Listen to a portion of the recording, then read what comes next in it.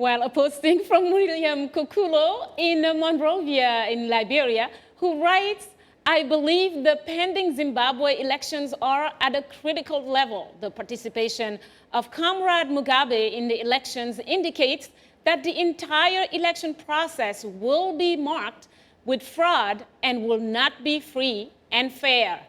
And finally, we're going to read another posting from Elvis Kaseleka from Lusaka in Zambia. And he says, the answer is a categorical no. And he wrote no in caps. This is for our radio listeners to just emphasize the word. He continues by saying that until President Mugabe is gone, there will never be free and fair elections in Zimbabwe. It is a far-fetched dream. Shaka, we heard a lot of faith. Some people, the first two comments had a lot of faith in the system. But the second one, the two second ones that I just talked about, see a huge difference in opinion in these last two. Basically, a total opposite. Very interesting, Mariama. As a matter of fact, I think we'll have to agree, frankly, that as far as the Zimbabwean Electoral Commission, I think both parties are agreed that it can probably pull off a reasonable job. But when you talk about the police and the security apparatus of Zimbabwe, that seems to be another problem altogether, because frankly, most Zimbabweans, other than those who support ZANU-PF, consider the Zimbabwean security forces to be partisan. Oh, that is not true. In fact, the Zimbabwean Republican Police has extremely high credentials.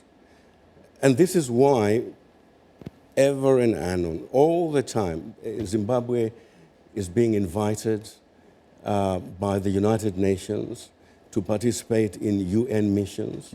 Either the army or the police force. They're very professional. So does the Rwandan army, the Rwandan police, the Ugandan army, the Ugandan police? No, I think some countries are blatantly. But the behavior, the way they behave back at home towards their own people may actually be different from the manner in which they behave in some of these international peacekeeping assignments. Yeah, but you know, their mandate is to enforce the law. And as you know, I don't know how much you know of Zimbabwean history. You know, there was a time when the prime minister said to the president, if you don't go now, we're going to remove you by violence, by force. And they went on a campaign of trying to topple the government through the streets.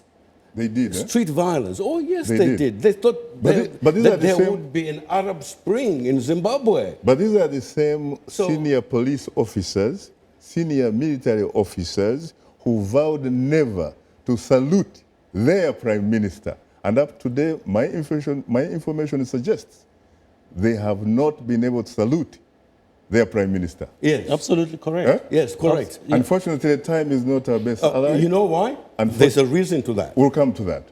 Well, thanks, Mariama. Well, I can't wait to hear about that reason. The conversation is very passionate, very interesting. Well, that's all the feedback for today. Once again, thanks everyone for logging in and making your voices heard and doing it so passionately. Just a reminder, we love hearing from you, so drop us a line at africatv@voanews.com. Once again, our email address is africatv@voanews.com. Or post your comment on our Facebook page. Just enter the keywords, Straight Talk Africa. Be sure to visit us online as well at voaafrica.com. You can also join our YouTube channel by subscribing to VOA TV to Africa.